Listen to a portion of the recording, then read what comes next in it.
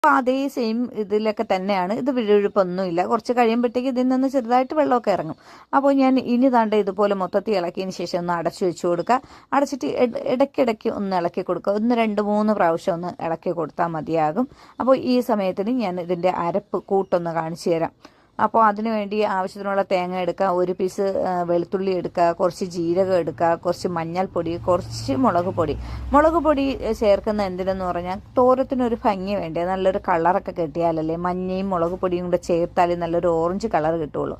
അതിന് വേണ്ടി മാത്രമാണ്. നിങ്ങൾ പച്ചമുളക് വേണമെങ്കിലും ചേർക്കാം. ഞാൻ സാധാരണ ഇത് മുളക് പൊടിയാണ് ചേർക്കുന്നത്. അതോടൊപ്പം തന്നെ കുറച്ച് കറിവേപ്പില കൂടി ചേർക്കുക. നല്ലതുപോലെ അരക്കുക. ഇത് മിക്സിയിലിടുന്ന തേങ്ങ ഏതാണ് ഇങ്ങനെ ഇരിക്കുന്നത്.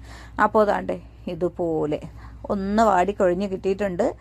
ചെറിയ രീതിയിൽ വേവുമായിട്ടുണ്ട്. ഇനി ഞാൻ എന്താണ്ട് ഇതിലോട്ട് നമ്മുടെ അരപ്പ് മൊത്തത്തിൽ ഇതിലോട്ട് ഇങ്ങനെ ഒന്ന് ചേർത്ത് കൊടുക്കാം. കണ്ടല്ലോ,